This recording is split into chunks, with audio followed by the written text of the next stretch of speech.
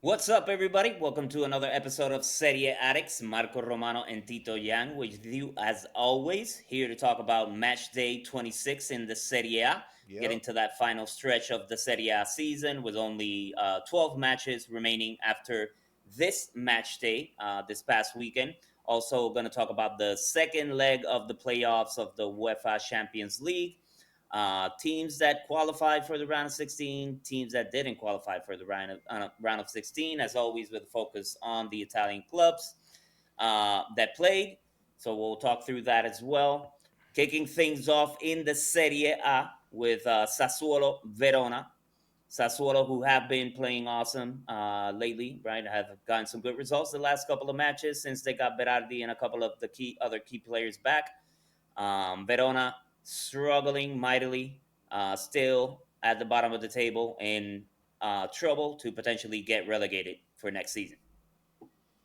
Yeah. And it doesn't seem like there's gonna be like a light at the end of this Verona tunnel. I mean, it looked like in the beginning of the season they were putting up a little bit of a fight in a couple of the games, still not getting the results they wanted. But right now they look like they're like in a downward free fall right now, and doesn't look like it's any hope for them to get out of that last place. Even though Pisa are still tied with them on points, but we're not seeing any positive trends from Verona to show that they would be able to get out of the relegation zone right now. Yeah, and not even a tight win, right? It was a 3-0 victory for Sassuolo. Again, Sassuolo have been playing great. Yeah, Um, pretty they comfortable. scored some good goals. That first goal from Pinamonti was pretty good, but Verona, right at the bottom of the table, really struggling.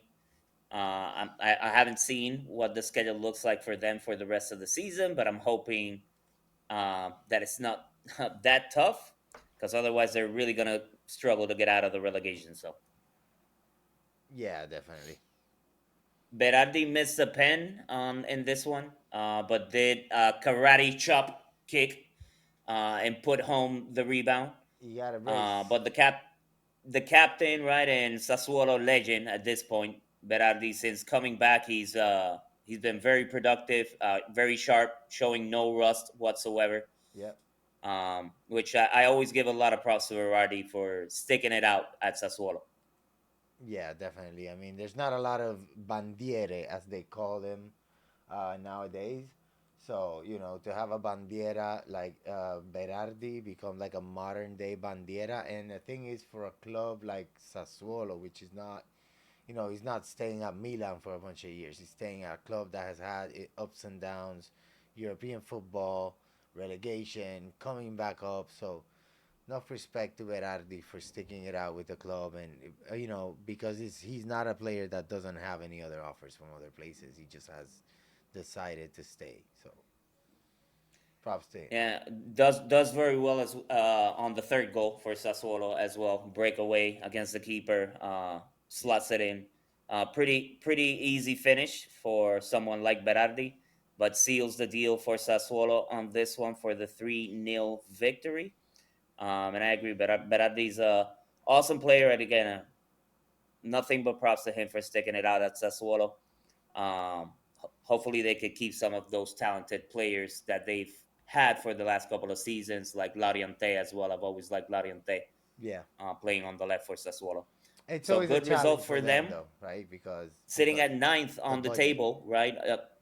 They're sitting ninth at the table, right underneath Bologna, who have been struggling as of late. So sitting in a very good position for a team that just got promoted back to the Serie A. Absolutely. Yeah. Then we had one that I don't know if you want to talk about that much. It's Juve and Como. Yeah. 2 Not the best 0 match. victory in this one for Como. Como without their star youngster Nico Paz on this one as well.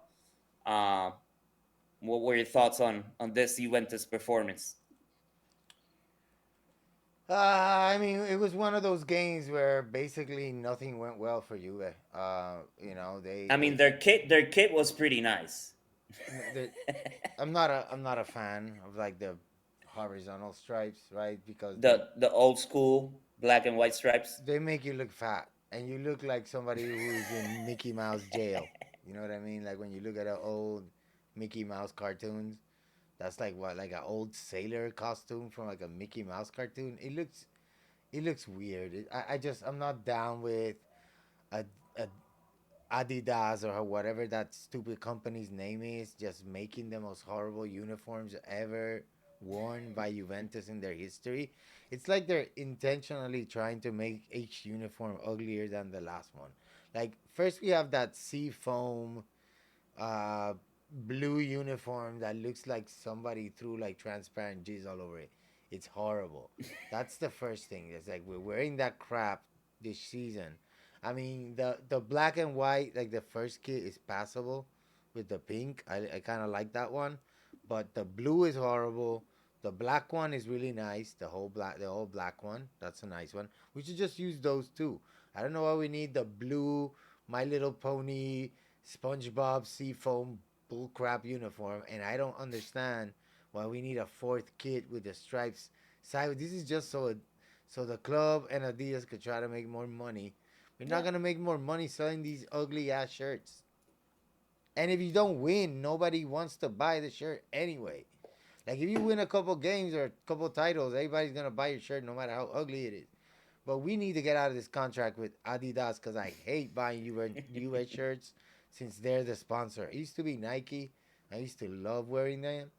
But now Adidas makes like these tight, super tight shirts that always run like one size too small and they're not stretchy enough and like I don't they make horrible uniforms. Horrible. They're the worst. The worst. Anyways, about the actual match. The lineup that we put out, Bremer didn't start, and that's where the problem started. Cope Miners, Gatti, and Kelly as a back three. No Kalulu, no Bremer. You take out our Yeah, two that was a. best defenders, and I we mean, are just amateurs. gotta Como give it to our dominated. man in goal on that first one as well from Voivoda. Yeah. Uh, should have been a pretty easy save near post. Yeah, I mean Di Gregorio in that game. I mean, you And you saw Perin starting in this, the Champions League match. There's a reason for it. but again, crazy stat line. The fact, right, that Juve have conceded 13 times this season with the first shot on goal from the other Yeah, team. yeah. Another crazy And stat in this match is that Como, which is usually a team that has more possession, had less possession than Juve. But Juve couldn't even. They only got 3 shots on goal, like in the whole game. That's, you know, it basically tells that, you what a for me, failure. that first goal, keeper should have had that. Yeah, Second goal, good counter attacking play from Como. yeah. I called the Juve defense snapping. It's a bad pass by Um, McKenny on that one. To be honest, like McKenny passed it from the outside to the middle, like he gave it the goal. Like I think it was just that was a mistake. It's not a good game by McKenny. But he was by himself. He was basically trying to make up for our shitty defense. So I don't blame them. And then you get Cambiaso had a terrible game.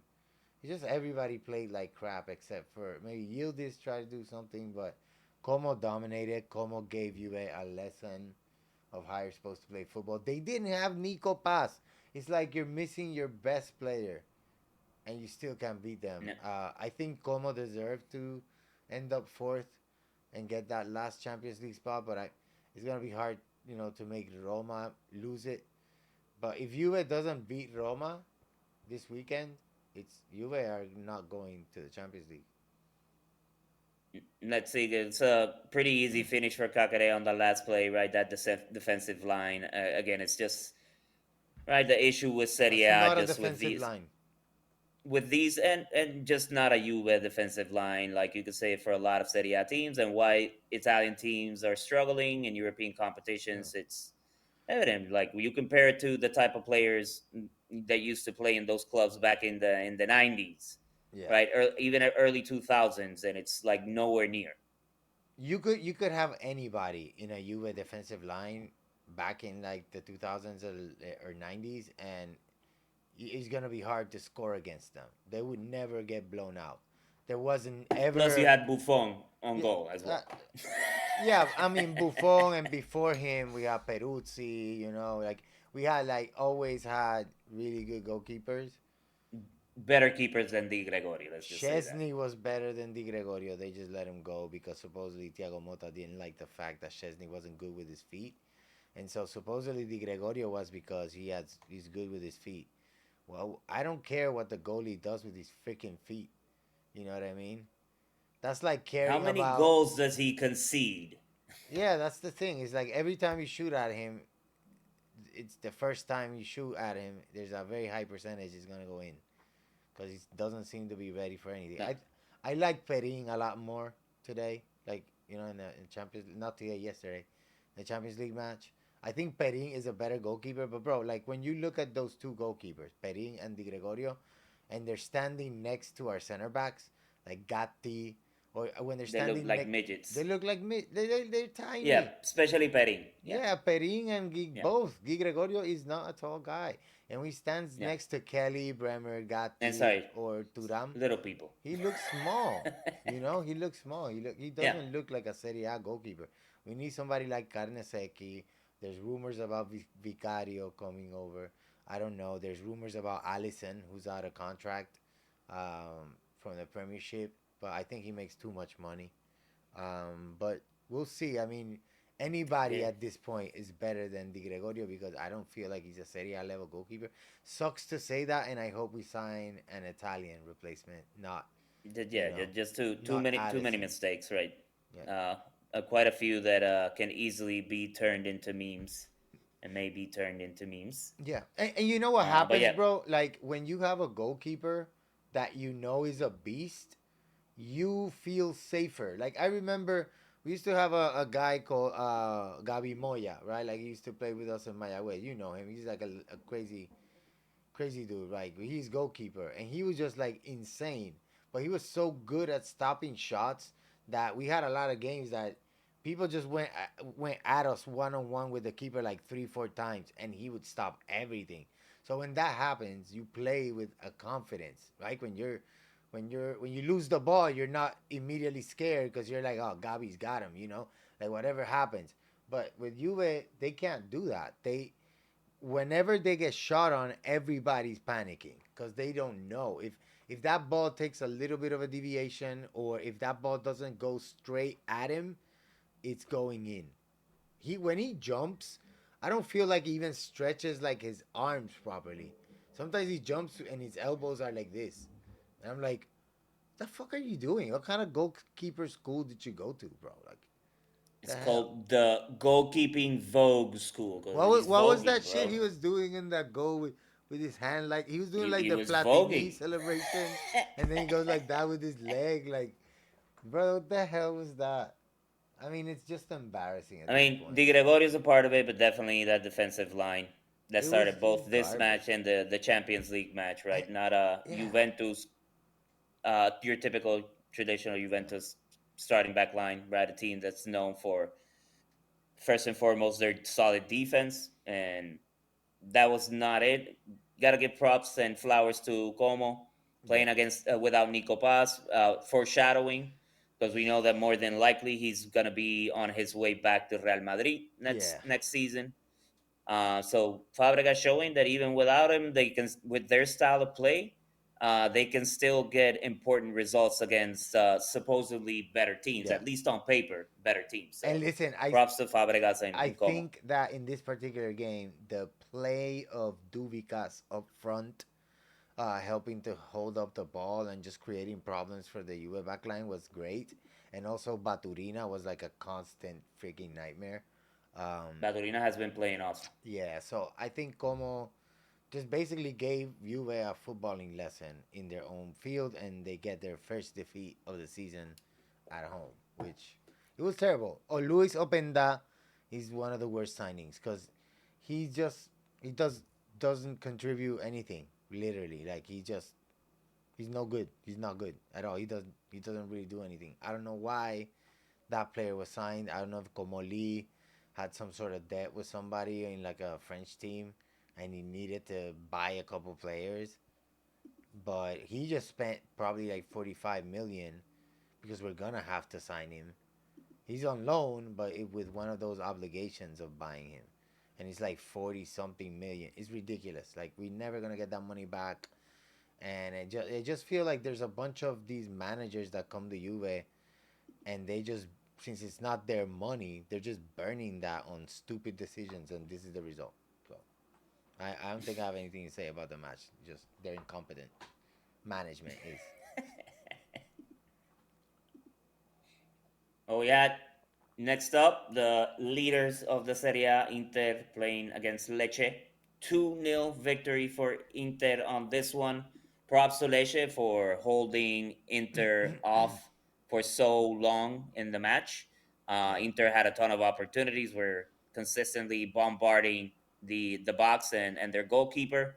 But Lecce was able to hold on for dear life until eventually, finally, after a Di Marco goal that was taken away and a couple of close calls, it's finally Mkhitaryan, the most unlikely person to score a goal for Inter. Um, Actually gets the goal in this one. Props to him coming up the bench. Hasn't been getting anywhere near the amount of playing time that he did last season under Inzaghi. A lot of that having to do with how awesome Zielinski is playing, yeah, who right now is hands down Inter's best midfielder, and has been a blessing with Chalanoglu being injured for long periods this season. Injured right now as well. Didn't play in this one or the Champions League match against Bodo.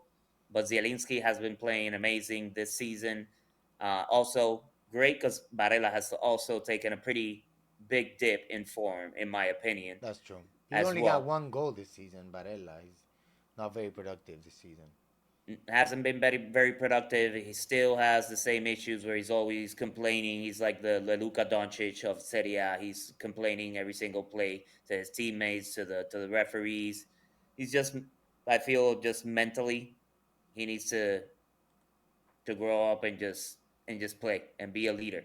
Like, understand you're a leader in this team, and when people see you complain or if you concede a goal, you drop your shoulders and start acting like a little kid when they don't get a cookie. Um, the Yeah, other players notice that stuff spreads throughout the team, and that's something that Kiwu and him need to fix and work on. yeah. But then Akanji got the second goal for Inter on a header. Akanji, who has been an awesome signing for Inter, has solidified the back three I told you. with Acerbi and Debray getting way up there in years, right, and should be on their way out at the end of this season. Nice to have Akanji fit in so nicely with Bisek and Bastoni in the Inter back line. Nice to see him get on the scoring sheet as well on this one. Pretty solid match for Inter, right? It took him a while to get the goal. Props to Lecce again. They got frustrated, but stuck with it, got a couple of goals, and got the important 3 points, especially with some of the other results from the other games this weekend. Inter stretching their lead at the top of the Serie A table with 12 matches left to go. Solid match. Yeah, Not a whole lot to share on this one. Di Marco still played great, right? He was the MVP in January. yeah, Was the MVP on the previous match. Even though his goal got taken away on this one, he was very productive in the offensively for Inter. yeah. But Lecce it's gonna be wasn't really tough. able to do much from an offensive perspective, right? In terms of shots on goal, they weren't donuts. So They had a solid, few solid performance. opportunities here and there because Inter tend to fall asleep every now and then and give chances to the other team, but they weren't able to put any of those away. Right. But it's gonna be tough now with a 10 point lead at the top of the table with 12 games left, right? And no Champions League. It's gonna be difficult for even Milan to catch up to Inter. Yeah. And I mean, no Champions League for Inter, right? Because I mean, Atalanta still got the Champions League. It's the only team that made it through. Everybody else went home. Unfortunately, we'll talk about the UCL matches in a little bit. Yeah. Then we had Cagliari versus Lazio. 0-0 draw on this one. Both teams an up and down roller coaster kind of a season. Cagliari had again another one that's kind of up and down. Have gotten some good results, but have dropped points against teams where you would expect them to walk away with a victory. But 0-0 on this one, not the most entertaining match this weekend with all the rest of the surprises and good matches that were going on. Yeah, absolutely. Not much to talk about, right? Like a bunch of yellow cards in that match, and then And a red card as a red well card as well. to Yeremina, one of my favorite players. Yeah, but Probably deserved it. I didn't see it, but he probably. yeah, I can Nah, guarantee you he deserved it. It was very start-stop match with all the fouls and all that stuff, and it's a pretty tight affair. But Lazio will be disappointed by not being able to get points against Cagliari, because that was one of their chances to actually gain some traction. Right, some of the teams above them had dropped points, and they might have. And Sassuolo leapfrogged them as well Yeah, on the table. exactly. And so now it's tougher for Lazio, right? There's some the seventh place is putting some 11 points They dropped between two them. spots actually because Bologna also leapfrogged them. So Yeah. they dropped two spots with Yep. this result. So I mean Lazio. I don't know what Sarri's future is gonna look like, but I feel like he is justified in maybe not meeting their goals of like maybe a top 8 finish because of their disastrous transfer markets in the last two sessions. I mean, I was surprised with the Gandozi, right, transfer for sure. But still, I think that's kind of been the theme this season. Inter are sitting comfortably at the top of the table because they've been able to beat every team that you would expect them to defeat. Right. Even though they haven't gotten results against the top clubs, given that they're getting every single point that they can against the rest of the table, Yeah. it's allowed them to just create this lead. With teams like Lazio, right? It sucks for them to kind of drop points against teams like Cagliari, which on paper you would think that still Lazio, with everything that they had go on during the market, you would still think that Lazio will walk away with a victory in this one. Yeah, against Cagliari, definitely. 100%. But then we had the one of the teams that I'm enjoying watching the most lately. We had Genoa on their De Rossi. Genoa beats Torino 3-1. Right, goals from three different players as well in this one. Norton Coffey in the 22nd minute. You have Ekuban, who has been one of their more solid performers this season. And then Junior Messias, former Milan player, scoring the third for Genoa. Again, Genoa have been playing awesome football under De Rossi. Good to see them finally start getting these types of results. I feel well deserved. And for Torino, again, not sure what's going on with Torino this season, but on paper they look very good and one of those teams that could potentially battle for a European spot. But they have just not been able to get it together. They're 3 points away from the relegation zone right now. If you know, like if you look at the table, they're just 3 points above Fiorentina, who have had one of their worst seasons in history. Uh, you know, uh, it's I don't know how long Vanoli is gonna hold on to that job, but he was brought in to Torino to try to make a change and get this team going, and I don't think he's been able to turn anything around. It's actually been terrible. And just a terrible Oh, tackle and red card actually, for I Ilkan. wanna correct my record. Panoli is now no longer the coach of Torino. The manager of Torino is actually now D'Aversa, because Torino actually fired um, Vanoli right after that match. So yes, indeed. Oh, not doing very well under their new manager, and that was a No, terrible foul. that was actually the last game of Vanoli's tenure, and right after the Genoa defeat, he was replaced by D'Aversa.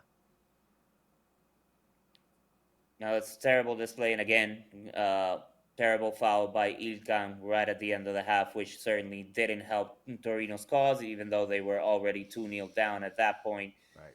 Just almost broke the Genoa player's leg. You could tell that he was pretty disappointed on that one, but he got sent off, rightfully so. Very dangerous tackle. And then from there, way too hard for Torino to do anything to get back into it. End up conceding a third by Junior Messias. Good again for Genoa. Genoa sitting in 14th place right now. So looking good for them as they continue to at least get a little bit more separation from the bottom of the table in that relegation zone. I feel under De Rossi and the way that they're playing, uh, I don't. I would give them a very small probability, right, to get relegated this season. I think they may even climb up a few more spots before the end. Yeah, and it would be like you said earlier, be well deserved because they've actually, you know, played really well. And again, they if they had a little bit more luck, they probably be already a couple of spots higher in the table. Unfortunately, it hasn't been the case, but still a couple of games left. They could still make a run for it. So Depends on how their calendar looks, but I think they're definitely safe, and I wouldn't be surprised if they climb up a couple of more spots, end up in that like 10th, 9th, 10th, or 11th spot yeah, in the table. I mean, Then we had I think calling them safe would be a little bit too much because they're only 3 points above, the relegation zone. But still, that relegation race is gonna be very interesting all the way to the end because right now you basically have Genoa, Torino, Fiorentina, Cremonese, and Lecce, and they're all within 3 points of each other. So all those teams, any of those teams, could go down with just a couple of bad results in the final stretch of the season. I don't think Fiorentina or Genoa. I think more than likely for me would be Torino or Cremonese, right? And it's gonna be hard for the ones that are actually in the relegation spots right now in Lecce, Pisa, and Verona Yeah, to climb their way out the way that they have been performing lately as well, yeah. right? So I that would think be kind of Pisa and my Verona, probability, but yeah, Pisa and Verona, I think it's pretty safe to say, are gonna get relegated. They are 9 points. They're 9 points below Lecce, who is in the 18th spot. Lecce is still in the fight. Yeah, I think the fight is gonna be for the 18th spot. I think Pisa and Verona are definitely going down. There's no chance. yeah, I think that's almost a done deal for them, unfortunately. Yeah, yeah. Now we're Then we gonna had get to the interesting ones. the second hottest team in Serie A right now in Atalanta and the only Champions League survivor. Atalanta, they're so hot right They now. they're so hot. They're so hot They right now. go against the defending champs in Napoli and walk away with the 2-1 victory on this one. But they've just been playing amazing football under their Facts. new manager, but also since the beginning of 2026 and going into 2026 again undefeated in Serie A, getting good results in Europe as well. Get seeing resurgence from players that have been that have faded away to the background at Atalanta as well, like Scamacca, right? Yeah, he's doing really So well this season. good to see, and they're starting to go back to that team that you really enjoy to watch, given their attacking football and open style of play. Yeah, yeah. Very front facing and the end stuff. I know we're not talking about the Champions League again, but even in this game against Napoli, you could see that they are not afraid to take it to the other team, right? They're playing, they're looking eye to eye with whoever the other team is. They're not going intimidated because it's Napoli and now we're gonna play defensive. They're still doing their thing, playing their free flowing football, and I like it. I like what Paladino's been doing. He's doing And a in the great job at contrary, right, Atalanta. because they go down right to start things off with a header from Bokema from a set piece for Napoli, Yeah, right? And like you said, like they were able to fight back. So definitely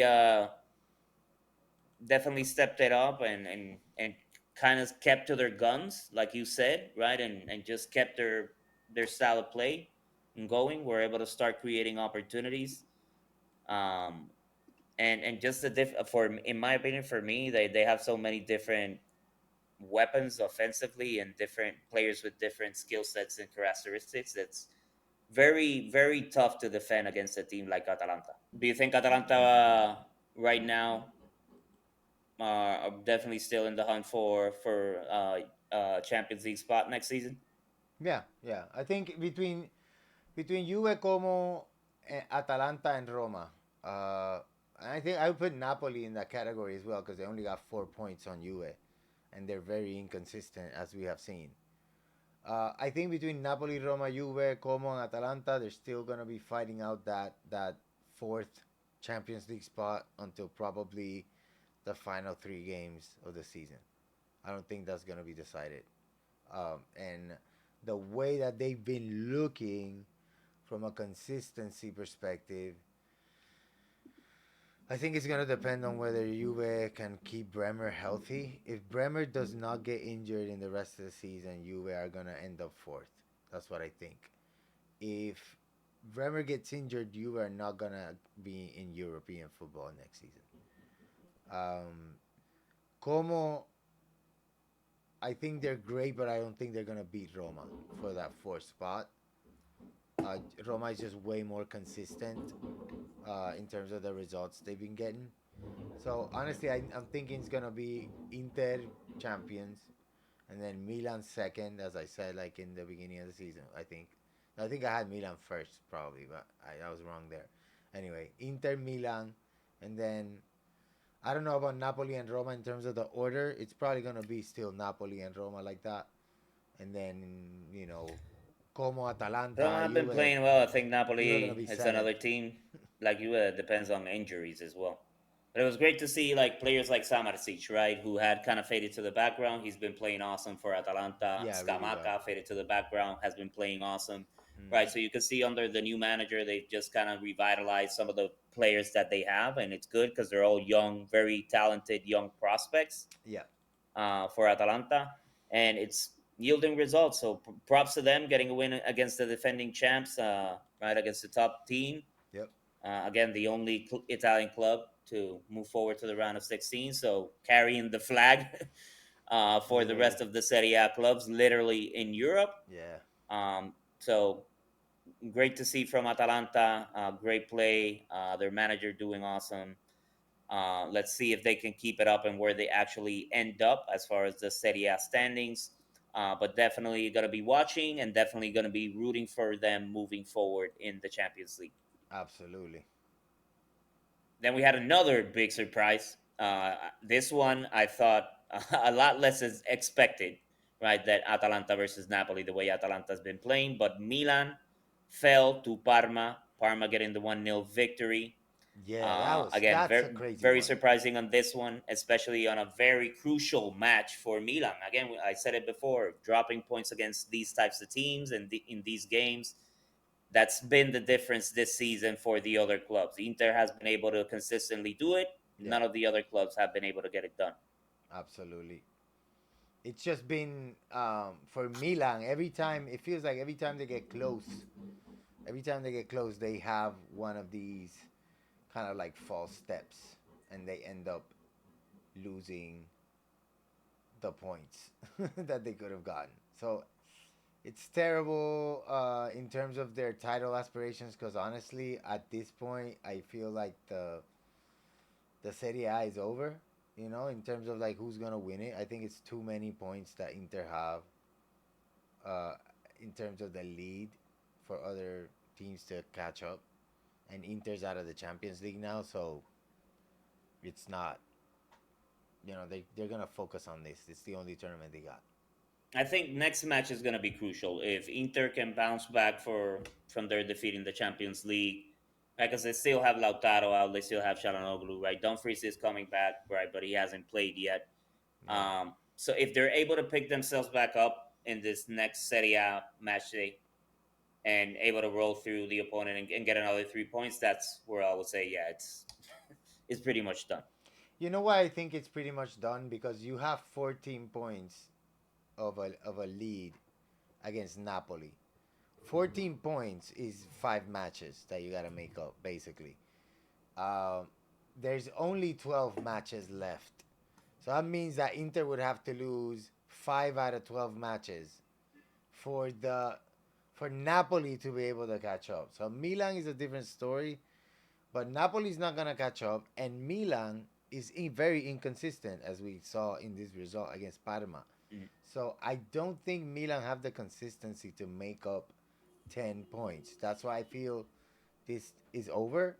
All we need to see is which order the teams end up in and who's gonna grab that fourth spot. Congrats to Inter. They get their what is it, the Terza Stella? Do they get it already? Is it But 30 listen, this is why it's tricky. This is why it's tricky, right? Inter just got booted out of or the 20? Champions League, right? Yeah, They got to bounce back.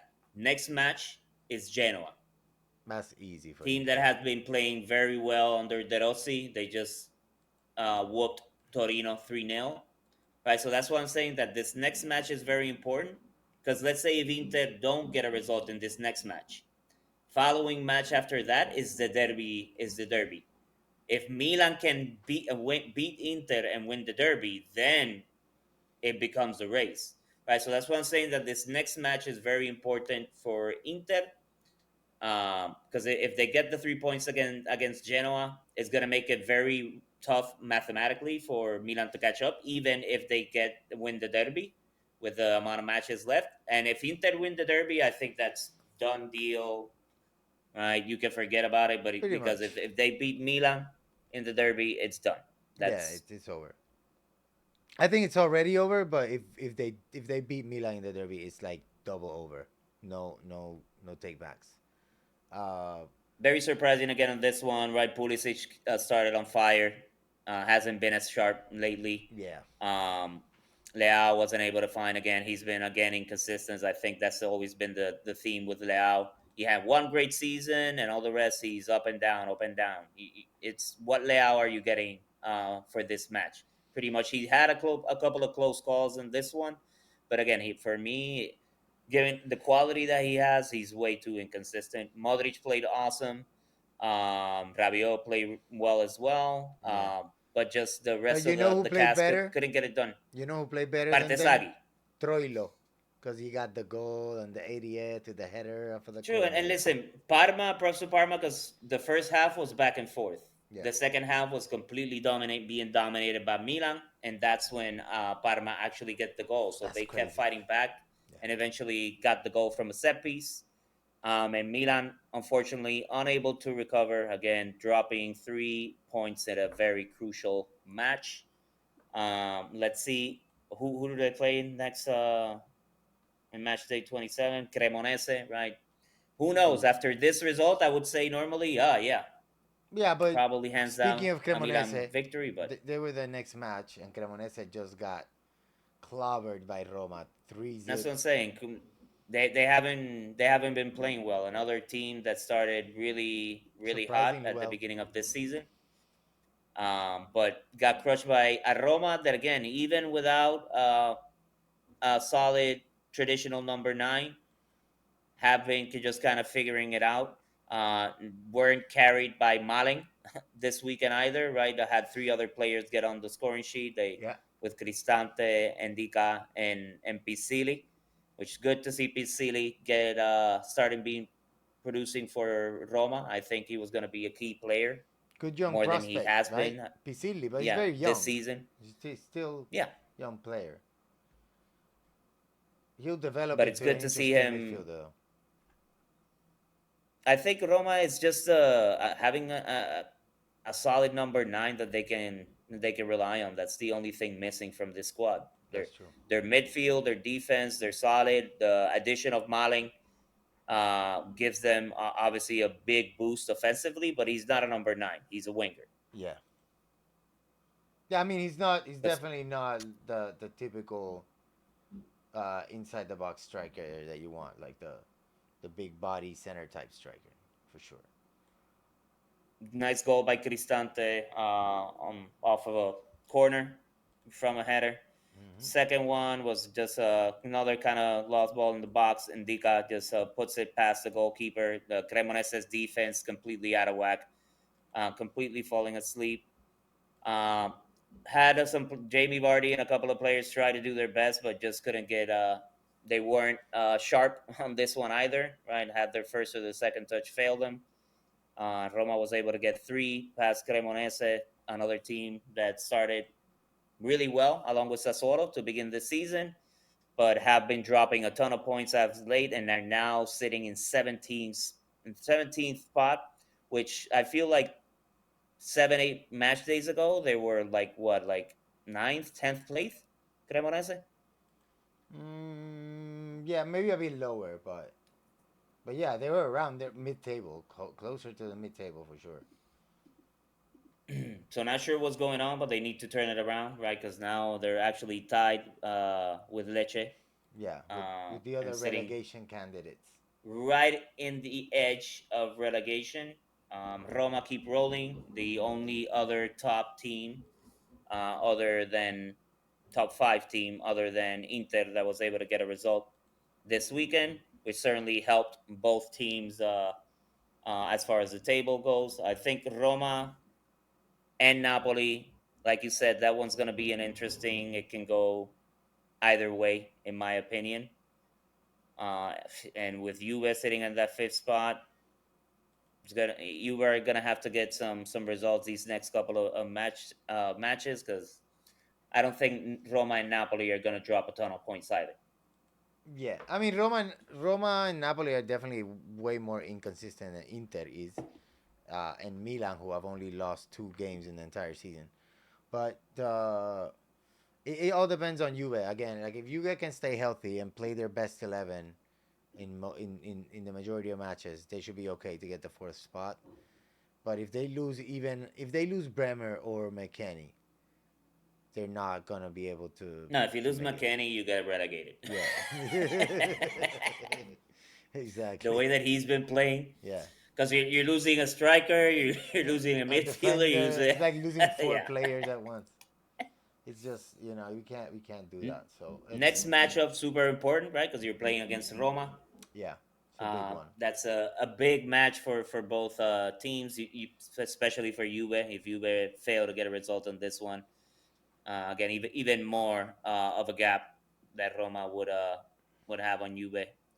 And again, Napoli still also the other one to keep an eye on. Napoli, this one playing against Verona, so if they don't get a result on this one, I'd be extremely surprised. And with Verona sitting way at the bottom of the Serie A table. So I think that matchup is going to be key for both you and Roma. It's going to be interesting to see who's able to walk away with a result. Yeah, definitely.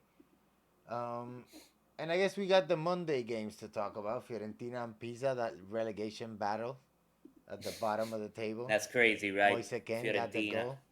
relegation battle. Yeah, at least they won that relegation battle and they climbed out of the relegation zone. Yeah, but 1-0 victory against Pisa. Again, yes, obviously they'll be happy anytime they could walk away with some points Yep, this season, the way it's been going for them. But exactly. they can't get like one match where they like all of a sudden wake up and score, get 3 or 4 past the team. It's Right? You crazy. would think so. It's not like they don't have good offensive players. I think it's their defense that's lackluster, but they have pretty decent attacking players. I just don't understand why they can't put something together. But No, but at even least, if you look at Moise Kane's goal on this one, right? It wasn't from a nice play, right? It was literally they um uh Pisa was trying to get the ball out of the box. It fell to a Fiorentina player who took a shot that was nowhere heading in. It ricocheted off a defender, landed on Kane's feet, and he scored. Right. So even against teams like Pisa sitting at the bottom of the table alongside with you, yeah. you can't even not only score a couple of goals, but even the goal that you actually score is off a broken play. It's not like a Yeah, good like a nice team play, play. couple passes in a row, ends up in a shot. So, Great finish from Ken, I gotta say it. yeah. So at least it landed on the right person's feet for Fiorentina to put it in the back of the net. But again, very surprising. Even if they don't get relegated this season, it would be interesting to see what happens with Moise Kean, because honestly, I feel his talent is just going to waste in this Fiorentina squad. The Yeah. way that they're currently constructed, I think they gotta blow it up and do something. And hopefully that means Moise Kean goes elsewhere to another club where he could actually be productive and help them contend for a title. Yeah, I agree. And also he needs to get better. He needs to be in a better playing environment so he can help the Italian national team better. Uh, Bologna Udinese Yeah. wasn't that exciting either. The only goal was a penalty scored by Mm. Bernardeschi on the 75th. But at least Bologna get the win. They need that to keep their European spot contender status. Yeah, and they leapfrog Lazio in doing so, but Bologna struggling a lot lately. Yeah. Right, we thought they had gotten it together, but the last, I'll say, 4 to 5 match days, maybe even a little bit more, Yeah. really struggling. Surprising that they still find themselves in the eighth spot. Quite frankly, with Yeah. how many points they've been dropping But lately. they're 9 behind Um, the 7th, so it's a tough spot to be in. yeah, it's somewhere you don't want to be, because you could easily fall to the bottom half of the table. And with the way that they've been playing lately, I would say that's more than likely what's going to end up happening, because I think Sassuolo are on the come up. Atalanta certainly playing way better than Bologna. Lazio need to get it together. I think from Lazio and under, all those teams are very inconsistent, but certainly it's going to be tough for Bologna to get ahead of any of the clubs that are above them right now, Yeah. unless Juve completely drop the ball, because I don't see Como or Atalanta dropping lower in the table right now. And again, keep an eye on Sassuolo and Lazio, who may get past them. Yeah. It's almost like there's three mini leagues going on. And like so Inter is by itself. And then there's a second league where there's No, like Inter Milan. no, it's Inter by itself because it's 10 points above. So 10 points is just you're by yourself. And then Milan, Napoli, and Roma are in like the second race for second spot. And then Juve to Atalanta are like the third race for the last European spots. And then everybody else, is just 9 points below that. So it's like you're not gonna get there. I think that's the top 7 teams are gonna be the top 7 teams at the end of the season. Same top 7 teams. The order that they end up in might change a little bit from what it is now, but I think that's the top 7 teams that we're looking at right now. I think Inter already sealed the deal. I think Milan's gonna definitely be in the Champions League, and then the other the other teams we gotta see because I could even see a scenario where Napoli ends up fifth, honestly, because they're just super inconsistent. And honestly, I don't know why, but Conte looks like Dude, doesn't want to it's work there anymore. only three to seven. It's only a 5 point difference. Yeah, yeah, That's a toss up. That's a that's a complete yeah, toss up. it's a toss up. Especially with some of the matches you have, right? You have Inter, the Milan derby. You have Juve Roma next weekend. All right, so they still have some good matchups coming between these teams, but it's very tight between that third spot and that seventh spot with Atalanta. A very tight race. Definitely, I think if Juventus can get Vlahovic back for the last 8 games, we could end up fourth.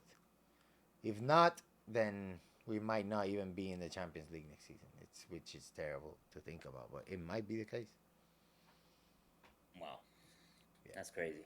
yeah, it is. That is crazy. And speaking of the Champions League, unfortunately, especially for Italian peeps, let's talk a No, little bit unless you're about the a results. Atalanta fan, then you're very happy. True. Good clarification. But let's start off with Inter versus Bodo, the dark horse and certainly the surprise in the Champions League this season. Yeah, The Norwegian Viking team coming into Inter, props to Bodo, because everybody was talking that smack that people are these teams are just losing against them because they're playing over there in like the tundra in the cold. They're not used to it. The Bodo players are used to it. props to Bodo on this one.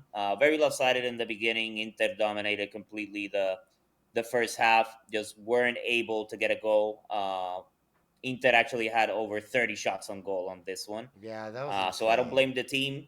I won't blame the team for not trying and not going for it. I think obviously everything changed with that Akanji mistake for that first goal. I think that kind of shifted the mood completely for Inter. I still they could have gotten it done even after that, but terrible mistake from Akanji. Sucks because he's been playing awesome this season for Inter. Hadn't made a mistake like that all season. Has solidified his spot in the starting back three. So it was very surprising. Bolo did not miss out on that gift.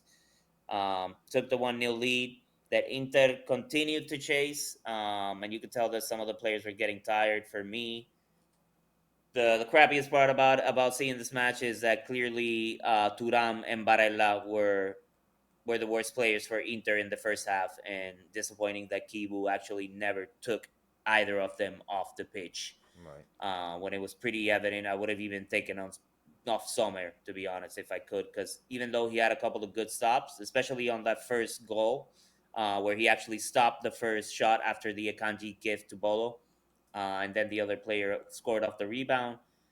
He had some terrible passes to kind of try to start some counterattacks for Inter, which didn't allow Inter to get up as quick as they wanted. Um, and for me, also, it's a failure from the management, which I'm happy about because not that long ago, Oak Tree came out and said that they really didn't care that much about the Serie A. For them, it was all about the Champions League. Well, any Inter fan could have told you that with the team the way it was constructed, there was no way we were contending for the Champions League title this season. Right. They dangled a couple of carrots in front of us last transfer market with, we're bringing Perisic back, we're getting Norton Coffee. Oh no, we're gonna bring Diaby from Saudi. Nothing ended up happening. They kept on leading with Luis Enrique, which again, I don't put it on him either. I think he's just young. Uh, they're asking a lot from him, more than he expected, because he was always meant to be Dumfries' backup. Yeah.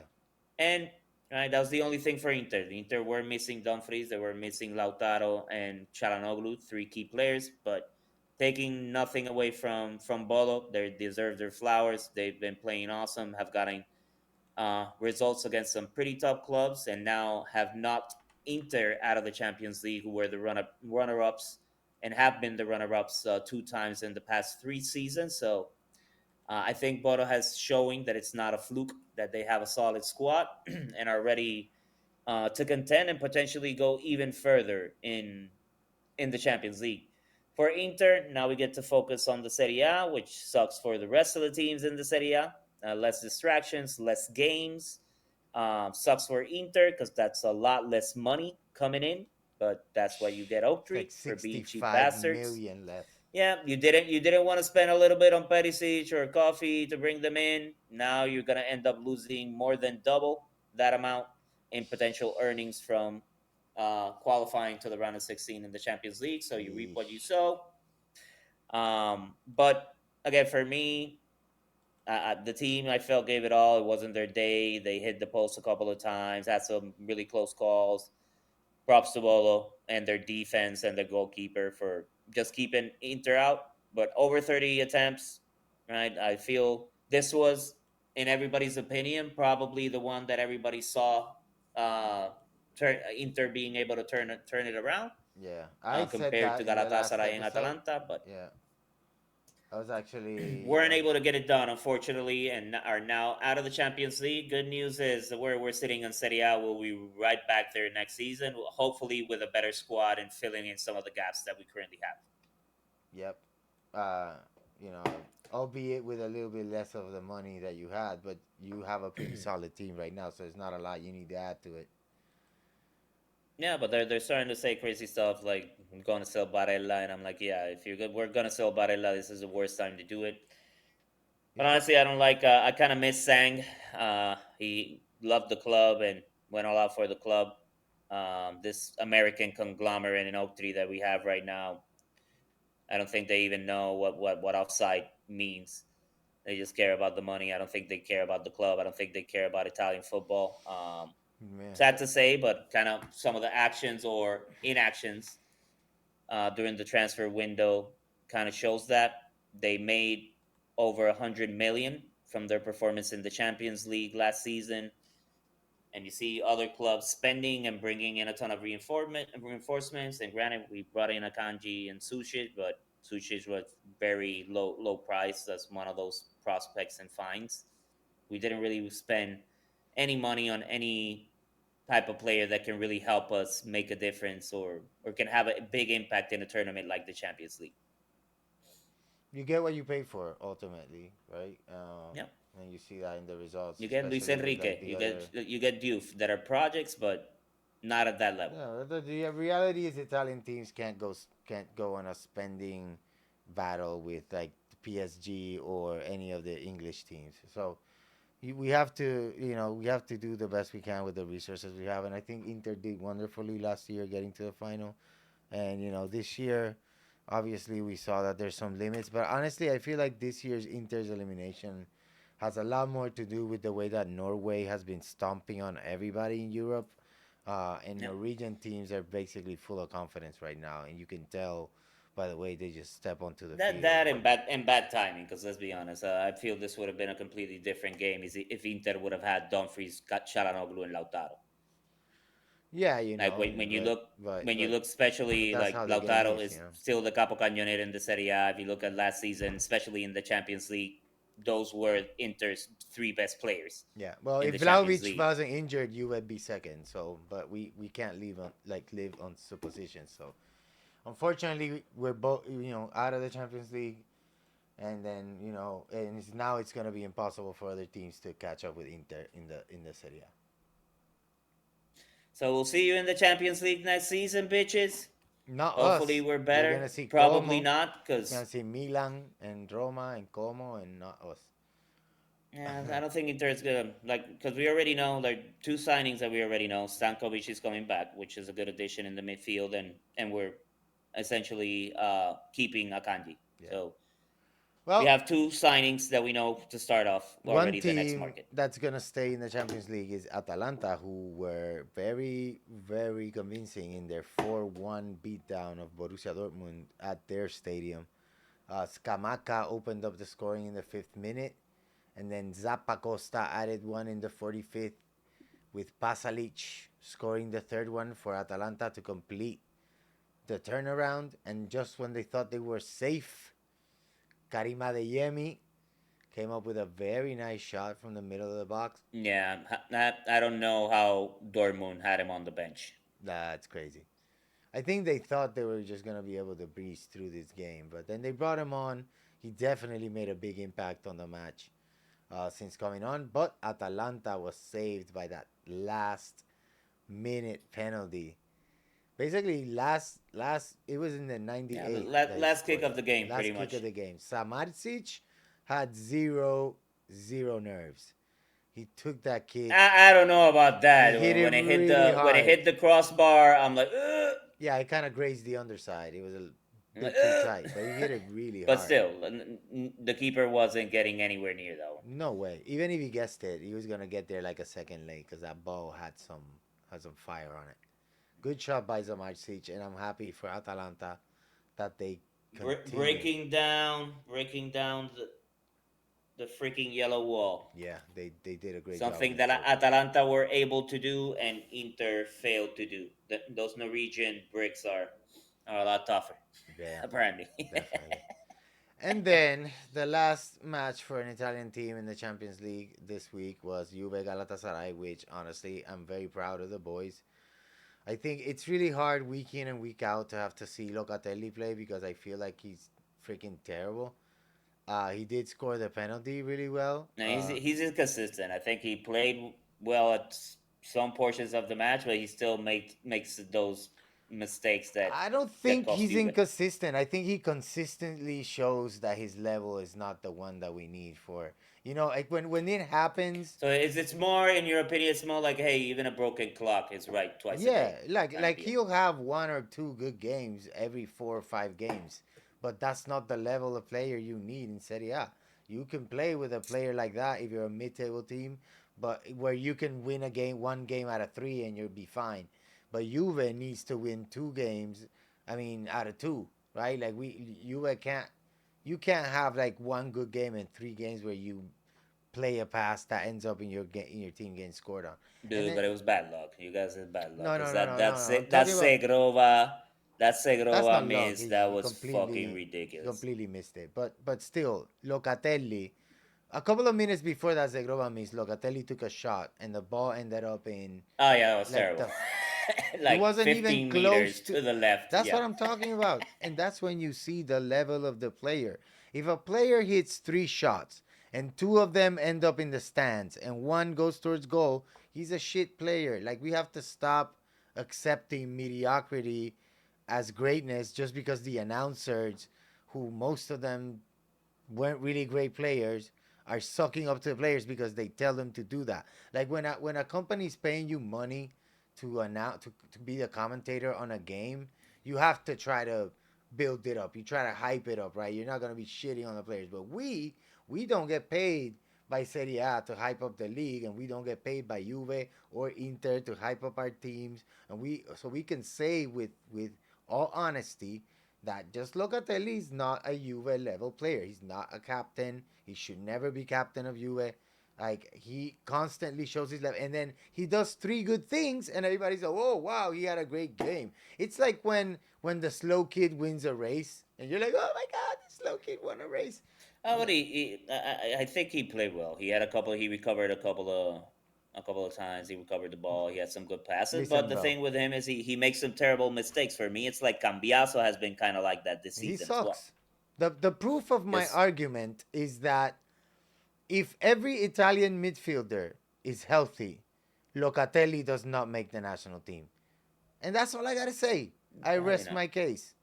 I rest my case. He's not one of the top four central midfielders in Italy. He's not.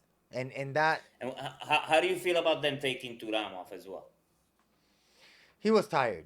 I think he missed that shot that he missed because he was already tired. You could see it in his leg. He was already pushing it. And I think his substitution was more of a thing like we don't want this guy to get injured, you Mm. know? In case we don't win this game, then Turam gets injured. Now we have other problems in the midfield. Um, Honestly, I think Juve needed to win the game before extra time. Otherwise, they were just not gonna have the legs for it because you could see they were already very tired. And there were a couple of Yeah. occasions that Galatasaray went on the counter before the 90 minutes was over, Yeah, they where botched it. Juve were Galatasaray were playing lucky. terrible. Yeah, Juve were Yeah, lucky they that just Galatasaray didn't that score. last pass for Galatasaray was nowhere near. They Right. had so many chances That's that they fatigue. threw completely wasted. Exactly. Everybody was tired. I think when Miretti Dude, but came again, in, freaking red card. Is that what how many games now? that's ridiculous. To do that red card is ridiculous because 48th minute as well. You can see Kelly is looking at the ball. Like how are you supposed to look at the ball and look at the ground? You kind of feel out the ground, and then you can even tell that his the leg that touches the ground first is not the leg that's on the player. It's the other leg, and as soon as that leg touches the ground, his other leg comes off the player. So he wasn't even trying to like put pressure on it or nothing. He basically just grazed the other dude's leg, trying to find like a place to put his. That is, but you know what? You know what's gonna happen? Like Juve are gonna get fucked by referees in the Champions League forever because why? Their president wanted to do that Super League, and UEFA is super pissed at that. I hadn't thought about that. So that's gonna happen. Maybe. That's gonna happen. That's actually an interesting call out. I completely forgotten about that. Yeah. They looked like they were gonna make the comeback, and honestly, for me, it felt bad for Yildiz because he went all out. Had a couple of chances. Yeah. That one where he hit the post. Yeah. If we Well. would have gotten that one in, then McKennie's goal would have given Juve essentially the lead in the tie. Great goal from McKennie as well. Yeah. Great pass from Zegrova coming in. I think that Zegrova miss as well. I don't know if you would agree, but for me, I want to see him get more playing time, man. I think Yeah. He's just not used to it, and you were always throwing him into like, dude, we need a result. Yeah, We need you to have one magic moment for us, and he yeah, did. He created McKennie's goal with that nice through ball yeah. into the box for Kalulu, and Yep. great cross from Kalulu, even better header from McKennie. Again, US by far US best player this season. He should be the one wearing the captain's armband, not Locatelli, 100%. which he has. I don't know why he hasn't gotten the armband back. Um, And there's it's gonna be supposedly interesting supposedly there's an about the agreement now. contract. Yeah, for Let's renewing. see. So 2030, he's gonna renew the. I think the yearly amount is gonna be around 4.5, 4.2, or 4.6 million a year, which is great. I think he deserves it. He's one of the players that runs the most, contributes the most assists, most goals in the last couple of games. So Can well play. Has deserved. played. I think I read that he has played 10 different positions for Yeah, Juventus this season. that's crazy, you know. And then the thing is, Spalletti sees him as a very important player in his way of playing right now.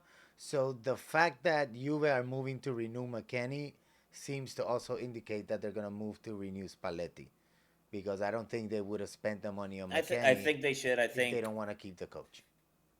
I think you got to give him more time because you get into that point where Inter kind of went through that where they were just like blowing through different managers, and Yeah. then you saw those same managers go elsewhere, like the Gasperinis of the world, Mm-hmm. and do awesome at Atalanta and other places, right? So you gotta give some managers, right? I think they made a good decision in moving away from Tudor, in my opinion, And Mota as well, because Mota especially was with fucking the up. shit that was going on with McKennie, who's now by far U.S. best player. Mm-hmm. That tells you a lot about judge of character and and what was going on internally when he was in charge.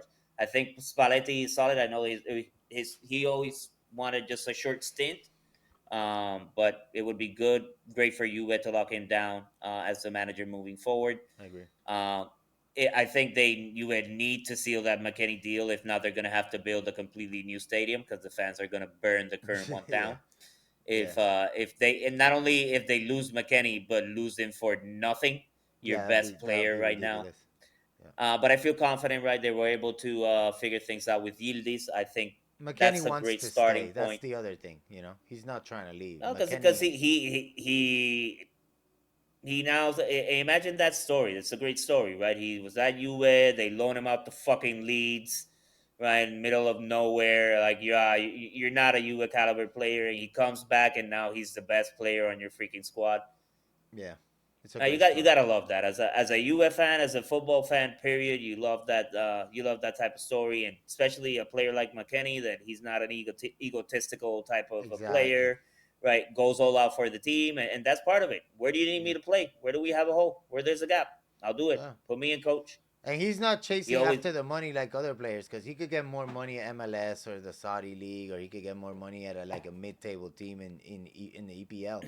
But he's decided to stay. Like, he prefers to stay there. He's not really and I think entertaining it's a other good call offers, for and him as well. If I he's agree. found success here, he's comfortable at Yeah, Juve, he likes it there in the right? city too. Knows Spalletti's system, and if he's key for Spalletti, and maybe like you said, maybe that's one thing that Spalletti's telling you. Hey, listen, I might stay, but if McKennie's not here, I'm I'm not in the staying. yeah, I agree. I think it's just, it was part of. I think it's part of Spalletti staying. So it's a good signal. It's a good positive signal, and also McKennie is a player that I would want on any team if I was a manager, because, like you said, 10 positions. Like, I'll put him anywhere, and he's more than adequate. It's not like I'm gonna not like when I put Colt Miners in the defense, and I know that anybody who attacks down that side is gonna get past him, because he's basically like putting an orange cone on the field and expecting it to stop an attacker. You know. But now listen, maybe a blessing in disguise for Juve, right? Because now you get to focus on the Serie A as well, Yeah. and you're in a very tricky spot, right? You do want to make sure that you can qualify for next season's Champions League because that's a ton of money for the club. Mm-hmm. Sitting right now in a very tricky spot again in that fifth place, especially with how Roma have been playing. I Yeah. think Roma have been better form than Napoli, but Como have been awesome. Atalanta have been awesome, right? Nipping at Juve's heel and gunning for that last Champions League spot as well. So that's really the race to keep an eye on, in my opinion. Really, who's gonna get those Champions League spot? I think like you said, Milan probably a shoe in for one of those. But you never know. It's only 4 points, right? If they lose against a team like Lecce, like they did, not Lecce. Who did they play? I forgot. Pisa. You mean Pisa, Milan, Pisa, yeah. Milan. Yeah. Let's see, but it's gonna be interesting now. At least you can focus right on the Serie A. You were out of the Coppa Italia as well, right? So it's full steam ahead in the Serie A title, or Serie or UEFA qualification at least. Well, Well, let's see what happens in the next match day again. Interesting. It's going to be interesting to see the result of that Roma and Juve match. We appreciate everybody for tuning in for another episode of Serie Addicts, match day 26 in the Serie A. We'll see you next week for the next one. that's right. Peace. Peace out.